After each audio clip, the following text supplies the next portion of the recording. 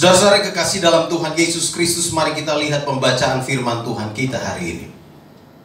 Pembacaan firman Tuhan yang tadi sudah kita baca dari surat Rasul Paulus kepada jemaat di Efesus.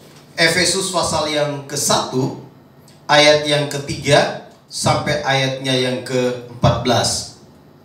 Efesus pasal 1, ayat yang ke-3 sampai ayatnya yang ke-14. Nanti saya akan membaca beberapa ayat lagi untuk kita semua, menegaskan apa yang tadi sudah kita baca.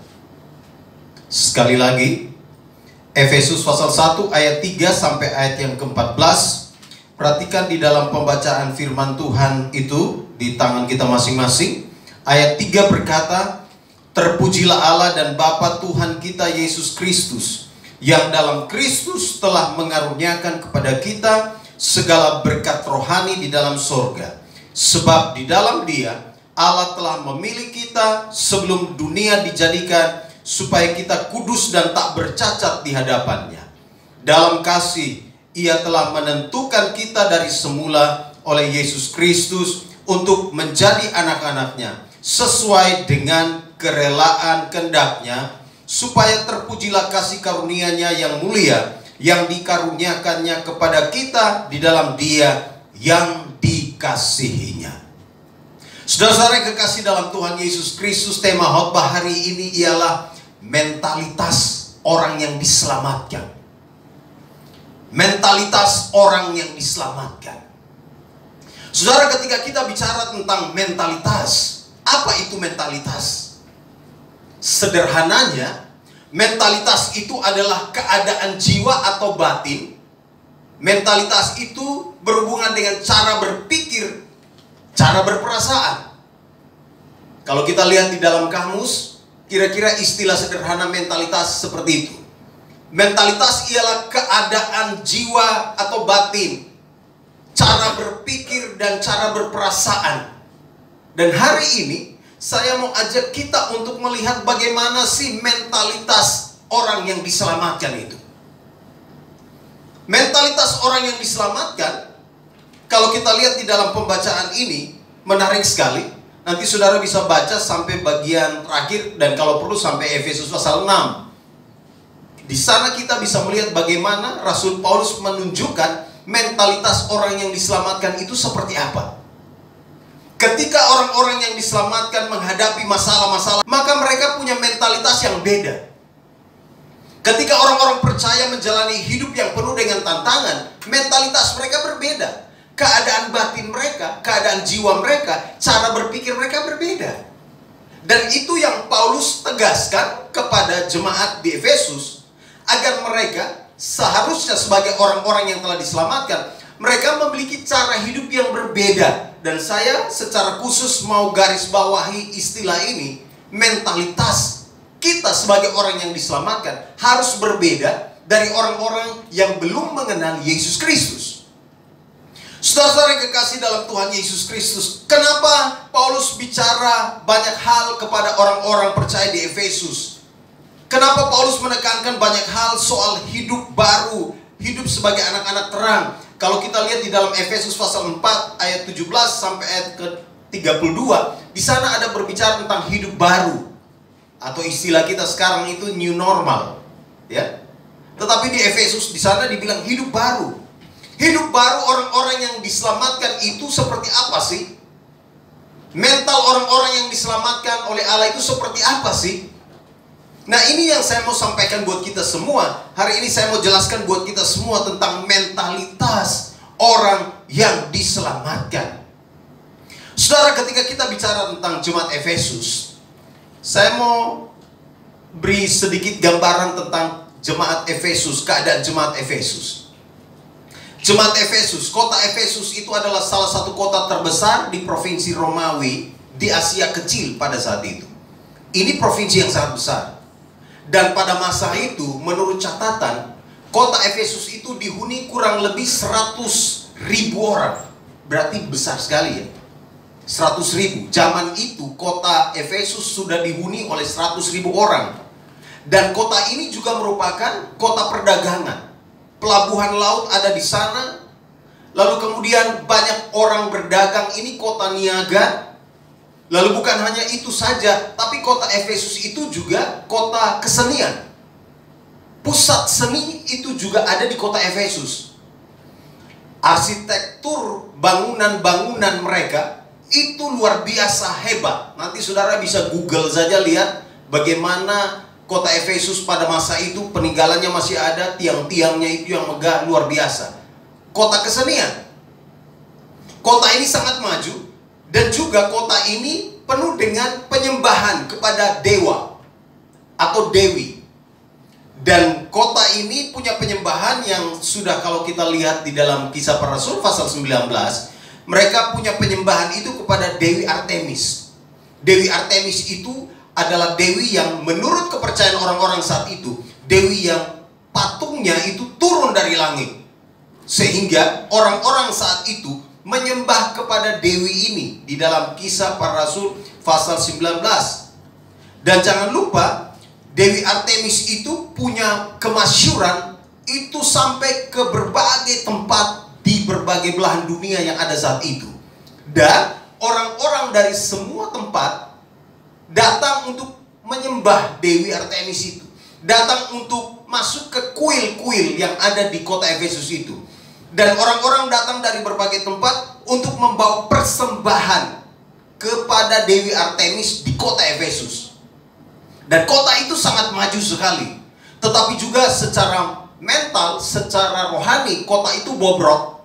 Karena di sana ada percabulan yang luar biasa. Mungkin saya sudah pernah bilang bahwa di samping kuil-kuil Artemis itu, mereka menyediakan ruangan-ruangan untuk prostitusi. Orang-orang datang ke sana untuk melakukan percabulan dari berbagai negara, dari berbagai tempat. Ini kota yang luar biasa, penuh dengan percabulan.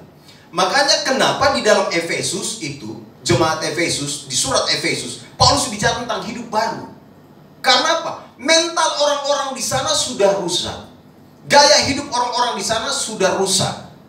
Dan Paulus mau ingatkan kepada jemaat-jemaat bahwa mereka harus memiliki hidup yang baru. Mereka harus berperilaku sebagai orang yang diselamatkan oleh Tuhan. Mereka harus memiliki mentalitas, cara berpikir sebagai orang-orang yang telah diselamatkan oleh Allah. Itu sebabnya saudaraku yang kekasih, perhatikan di dalam pembacaan yang sudah saya baca tadi, di dalam Efesus pasal 1 ayat yang keempat, di sana dikatakan, sebab di dalam Dia Allah telah memilih kita sebelum dunia dijadikan, supaya kita kudus dan tak bercacat di hadapannya.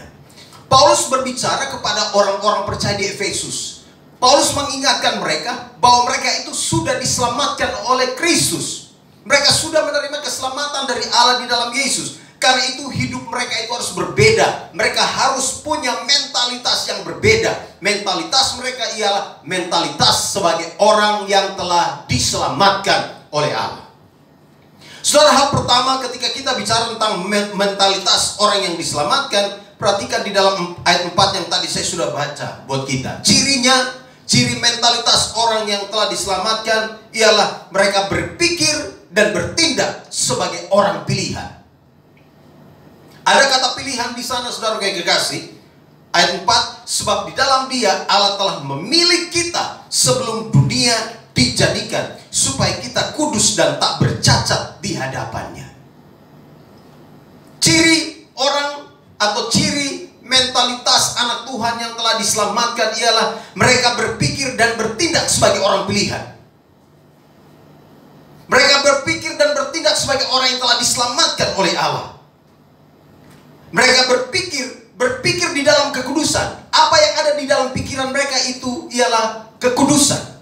Mereka berpikir, mereka bertindak, mereka melakukan hal-hal yang kudus karena mereka sadar bahwa mereka adalah orang-orang pilihan.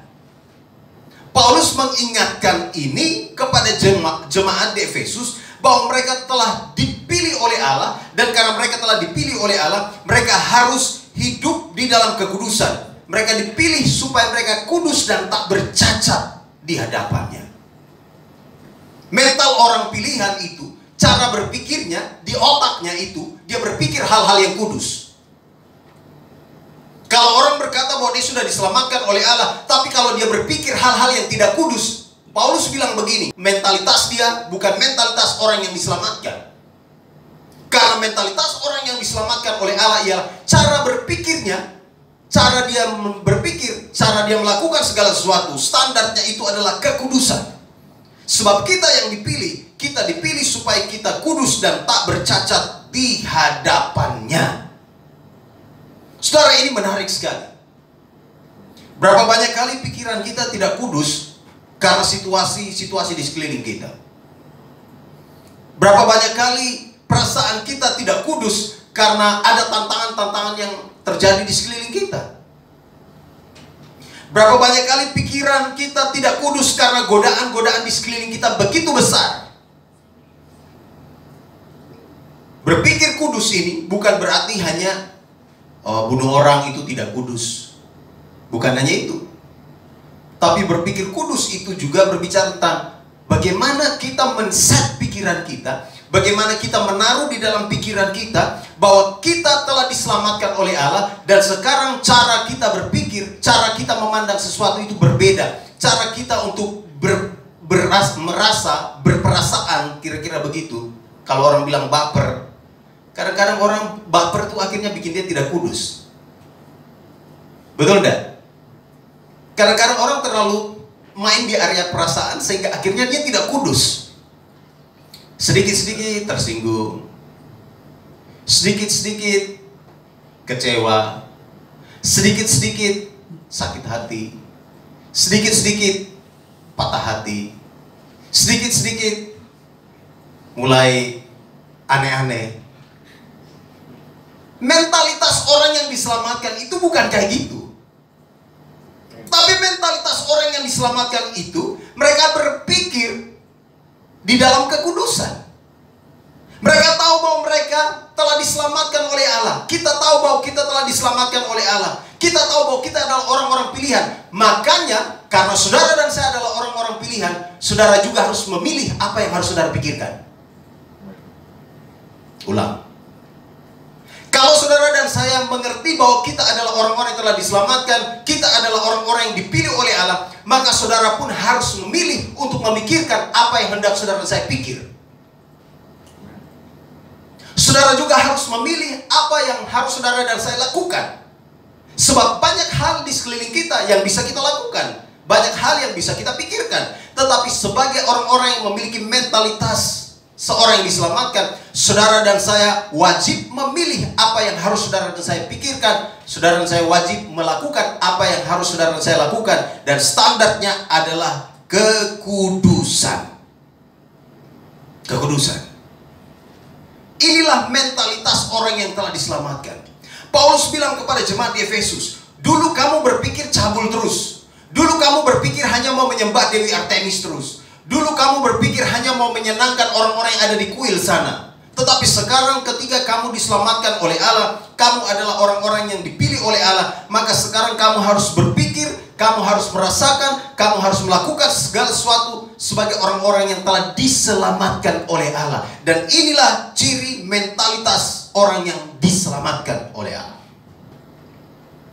Coba ini menjadi evaluasi bagi kita. Apakah cara saudara dan saya berpikir sudah menunjukkan bahwa saudara dan saya adalah orang yang telah diselamatkan oleh Allah atau tidak? Cara kita merespon sesuatu, apakah itu menunjukkan bahwa kita adalah orang-orang yang telah diselamatkan oleh Allah atau tidak? Paulus mengingatkan ini kepada jemaat di Efesus dan juga kita hari ini, supaya kita semua berpikir dan bertindak sebagai orang pilihan Allah, orang yang telah diselamatkan oleh Allah. Mereka memilih untuk memikirkan hal-hal yang kudus. Ingat, orang yang diselamatkan oleh Allah, mereka memilih untuk memikirkan hal-hal yang kudus. Hal-hal yang tidak kudus di skip, di delete, di recycle bin. Hal-hal yang kudus saja yang dipikirkan. Dan itu ciri orang pilihan Allah. Mereka memikirkan hal-hal yang kudus karena mereka tahu mereka adalah orang-orang pilihan. Dan karena mereka adalah orang-orang pilihan, mereka memilih untuk memikirkan apa yang sesuai dengan kehendak Allah. Di situasi corona ini, apa yang saudara pikirkan? Apakah pikiran saudara dan saya kudus menghadapi situasi ini atau tidak? Apakah cara kita berespon terhadap situasi pandemi ini, apakah cara kita berespon itu sesuai dengan yang Tuhan mau atau tidak? Kita harus berpikir dengan cara yang berbeda. Ada hal yang kedua, saudara gue kekasih, perhatikan ayat 5. Ayat 5 firman Tuhan katakan begini, ayat 5. Dalam kasih ia telah menentukan kita dari semula oleh Yesus Kristus untuk menjadi anak-anaknya, sesuai dengan kerelaan kehendaknya. Ciri mentalitas orang yang diselamatkan, ciri mentalitas orang yang diselamatkan oleh Tuhan ialah mereka berpikir dan bertindak sebagai seorang anak. Mereka berpikir dan bertindak sebagai seorang anak. Atau dengan kata lain, mereka berpikir dan bertindak sebagai seorang yang dikasihi. Perhatikan di dalam ayat itu, dalam kasih ia telah menentukan kita dari semula oleh Yesus Kristus untuk menjadi anak-anaknya sesuai dengan kerelaan kehendaknya. Mentalitas orang yang diselamatkan oleh Allah ialah mereka berpikir sebagai seorang anak yang dikasihi oleh Allah. Mengapa Paulus katakan ini kepada jemaat yang ada di Efesus? Jangan lupa, jemaat di Efesus ada di dalam kerumitan pergumulan kota Efesus yang tadi saya sudah jelaskan.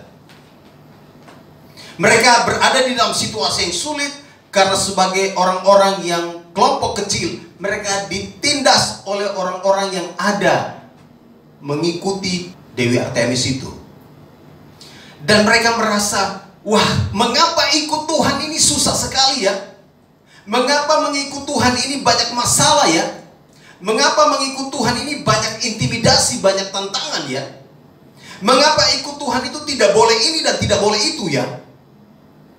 Lalu Paulus katakan kepada mereka di dalam ayat yang keempat itu dan ayat yang kelima, Paulus katakan dalam kasih ia telah menentukan kita dari semula oleh Yesus Kristus untuk menjadi anak-anaknya. Ada hal menarik yang saya mau katakan buat kita semua di sini, bahwa dalam kondisi apapun, dalam keadaan apapun, saudara dan saya harus berpikir bahwa kita adalah anak-anak yang dikasihi oleh Allah dalam keadaan apapun. Dalam keadaan COVID-19 sekalipun, dalam keadaan pandemi sekalipun, dalam keadaan sulit sekalipun, saudara dan saya harus mengerti bahwa kita adalah orang-orang yang dikasihi. Allah mengasihi saudara dan saya. Dia mengasihi kita sebagai anak-anaknya. Dia tidak akan membiarkan kita. Dia telah menyatakan kasihnya dengan mengangkat kita menjadi anak-anaknya. Dan itu mentalitas orang yang diselamatkan. Mereka berpikir bahwa mereka adalah orang yang telah diselamatkan. Mereka berpikir bahwa mereka adalah anak-anak yang dikasihi oleh Allah. Karena itu dalam keadaan situasi apapun, dalam situasi sulit sekalipun, Tuhan pasti akan melindungi mereka. Allah pasti akan memelihara mereka. Allah pasti menyediakan semua yang terbaik bagi mereka. Maka dalam situasi sulit, kita harus memiliki mentalitas seperti ini. Kita harus berpikir bahwa dalam keadaan apapun, Allah tetap mengasihi kita, sebab Dia telah mengangkat kita menjadi anak-anaknya. Karena kita adalah anak-anak Allah, maka Dia akan melakukan semua yang terbaik bagi kita anak-anaknya, sekalipun situasi yang sedang kita hadapi hari-hari ini sulit. Mentalitas orang yang diselamatkan oleh Allah ialah mereka berpikir, mereka tahu bahwa mereka adalah anak-anak yang dikasihi oleh Allah. Orang tanya, di manakah Allah di tengah-tengah situasi COVID? Seminar, webinar di mana-mana kan? Webinar, web seminar di mana-mana. Orang bikin sana, bikin sini, bikin sini. Di manakah Allah di tengah-tengah situasi COVID ini? Di mana Allah? Ya Allah ada. Allah tidak pergi kemana-mana. Allah ada di tengah situasi sulit kita. Yang membuat kadang-kadang Allah tidak nyata, quote unquote, bukan karena Allah tidak nyata. Tapi yang membuat Allah tidak nyata, itu karena kita berpikir bahwa Allah tidak ada. Kita berpikir bahwa Allah tidak take over masalah-masalah itu. Kita tidak berpikir bahwa Allah tidak melakukan sesuatu bagi kita. Padahal Allah ada di situ. Saya mau berkata buat kita semua, kalau saudara dan saya sedang mengalami situasi sulit saat ini, saudara dan saya harus punya mentalitas seperti ini, orang yang diselamatkan, bahwa Tuhan tetap mengasihi saudara dan saya. Amin. Kalau saudara jadi orang tua, saudara pasti akan tahu bagaimana engkau memberikan yang terbaik bagi anak-anak. Saya kagum dengan orang-orang tua yang tidak berpendidikan, yang tidak kuliah sampai jenjang yang tinggi-tinggi, tetapi anaknya dikasih kuliah lebih tinggi. Itu orang-orang tua yang hebat. Karena apa? Mereka mengasihi anak-anaknya. Tuhan mengasihi anak-anaknya, dan Dia pasti akan memberikan semua yang terbaik bagi kita. Yang ketiga, saudaraku yang kekasih, saya cepat saja, perhatikan di dalam ayat yang ke-13. Di dalam Dia kamu juga, karena kamu telah mendengar firman kebenaran, yaitu Injil keselamatanmu. Di dalam Dia kamu juga, ketika kamu percaya, dimeteraikan dengan Roh Kudus yang dijanjikannya itu. Perhatikan di dalam ayat yang ke-13. Di dalam Dia kamu juga, karena kamu telah mendengar firman kebenaran, yaitu Injil keselamatanmu. Mentalitas orang yang diselamatkan, cirinya ialah mereka berpikir sebagai orang yang mengerti firman. Mereka berpikir sebagai orang yang mengerti firman. Perhatikan, Paulus bilang gini, di dalam Dia kamu juga, karena kamu telah mendengar firman kebenaran. Saudara, ketika kita berkata bahwa kita adalah orang-orang yang telah diselamatkan oleh Allah, maka cara berpikir kita, cara bertindak kita, patokannya ialah kita harus bertindak sesuai dengan firman Tuhan. Itulah mentalitas orang-orang yang telah diselamatkan. Hadapi masalah dengan firman Tuhan. Berdiri teguh di atas kebenaran firman Tuhan. Hadapi tantangan-tantangan, pergumulan-pergumulan, sakit, penyakit, masalah-masalah kita. Hadapi dengan firman. Dan orang yang berpikir dan bertindak sebagai orang yang mengerti firman Tuhan, mereka akan melihat ada banyak hal besar yang Tuhan lakukan di dalam kehidupan mereka. Saudara, kita yang telah mengerti firman, kita harus punya cara berpikir kita harus berbeda. Pola pikir kita harus berbeda. Taruh di dalam pikiran-pikiran kita hal-hal yang sifatnya menguatkan kita. Karena firman Tuhan adalah pedoman, firman Tuhan adalah kekuatan bagi kita, dan kita harus berpikir menggunakan firman Tuhan. Kita harus berpikir sesuai dengan kebenaran firman Tuhan. Jangan kita berpikir dengan cara yang lain. Paulus mengingatkan ini kepada jemaat di Efesus. Kamu telah mendengar firman kebenaran. Saya mau tanya, sudah berapa lama saudara dan saya mendengar firman? Sejak kapan saudara saya sudah mendengar firman Tuhan? Jawabannya pasti sudah lama. Tapi pertanyaan yang kedua, apakah saudara dan saya sudah berpikir dan bertindak seperti jemaat Efesus yang mengerti firman atau tidak? Orang-orang yang diselamatkan oleh Allah, mereka berpikir dan bertindak sebagai orang yang mengerti firman. Ini sedikit dalam.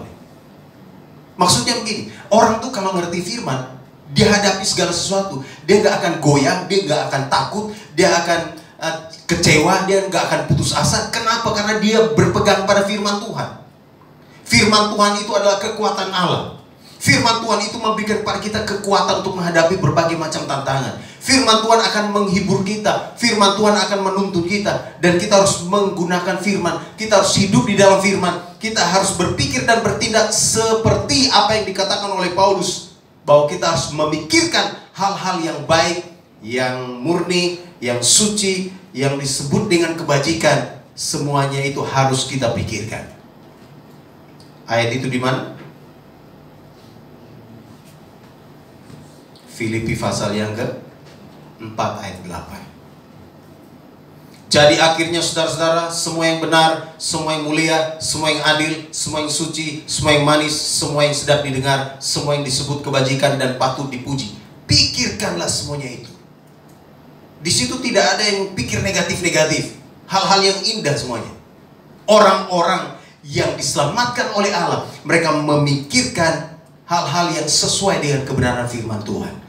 Dan itu akan membuat saudara dan saya dapat berjalan maju sekalipun ada banyak tantangan. Yang terakhir, saudara yang kekasih, perhatikan bagian firman Tuhan ini sebelum kita masuk dalam perjamuan kudus. Efesus pasal 1 ayat 14. Dan Roh Kudus itu adalah jaminan bagian kita sampai kita memperoleh semuanya, seluruhnya, yaitu penebusan yang menjadikan kita milik Allah untuk memuji kemuliaannya. Mentalitas orang yang telah diselamatkan ialah mereka berpikir dan bertindak sebagai orang yang dimeteraikan Roh Kudus. Ini agak dalam nih, tapi saya mau jelaskan buat kita. Saudara dan saya harus memiliki mentalitas ini. Kita harus berpikir dan bertindak sebagai orang yang telah dimeteraikan oleh Roh Kudus.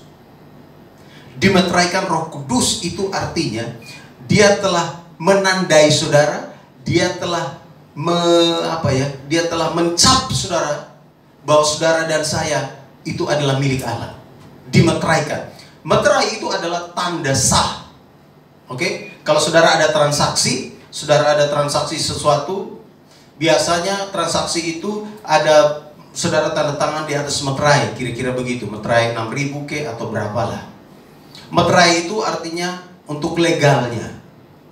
Saudara dan saya, Roh Kudus memeteraikan kita. Ketika kita berbicara tentang Pentakosta, Roh Kudus dicurahkan bagi kita, maka Roh Kudus dicurahkan, dia memeteraikan saudara dan saya.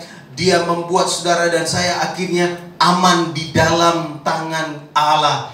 Kita dimeteraikan, dipelihara, dijaga, dilindungi, dinyatakan sah sebagai milik Allah. Dan karena kita adalah milik Allah, tidak ada satu kekuatan pun yang bisa menghancurkan kita. Itu maksudnya dia memeteraikan kita.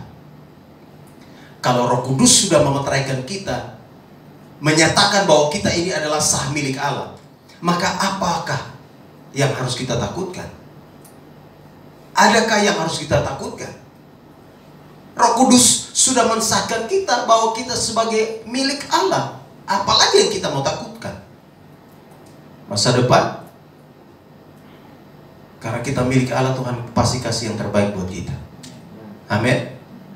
Apa yang kita mau takutkan lagi? Karena itu mentalitas sebagai orang yang telah diselamatkan, kita harus berpikir seperti ini. Dimanapun saudara dan saya berada, dalam situasi apapun saudara dan saya harus berkata, kita adalah milik Allah. Saya telah dimeteraikan dengan Roh Kudus. Dan karena itu saya tidak takut terhadap apapun juga. Karena Allah pasti akan melindungi kita yang adalah milik kepunyaannya. Kiranya firman Tuhan hari ini mengingatkan kita 4 hal sederhana. Mentalitas orang yang telah diselamatkan. Yang pertama, mereka berpikir dan bertindak sebagai orang pilihan. Yang kedua, mereka berpikir dan bertindak sebagai anak yang dikasihi oleh Allah. Yang ketiga, mereka berpikir dan bertindak sebagai orang yang mengerti firman. Dan yang terakhir, mereka berpikir dan bertindak sebagai orang yang telah dimeteraikan Roh Kudus. Ini akan menguatkan kita sehingga kita akan maju menghadapi berbagai macam tantangan, menjalani hidup ini dengan penuh kemenangan. Karena Kristus sudah menebus kita. Firman Tuhan tadi katakan demikian. Dia sudah menebus kita. Darahnya sudah dicurahkan bagi kita di kayu salib. Tubuhnya telah dipecah-pecahkan bagi kita. Dia telah membayar lunas semua dosa kita. Dan dia berkata di kayu salib, sudah selesai. Dia sudah selesai. Dia sudah menyelesaikan semua dosa-dosa saudara dan saya. Dia juga sudah menyelesaikan semua pergumulan-pergumulan saudara dan saya. Karena itu jangan takut terhadap apapun juga. Serahkan hidup kepada Tuhan. Dan biarlah hidup kita senantiasa menyenangkan hatinya.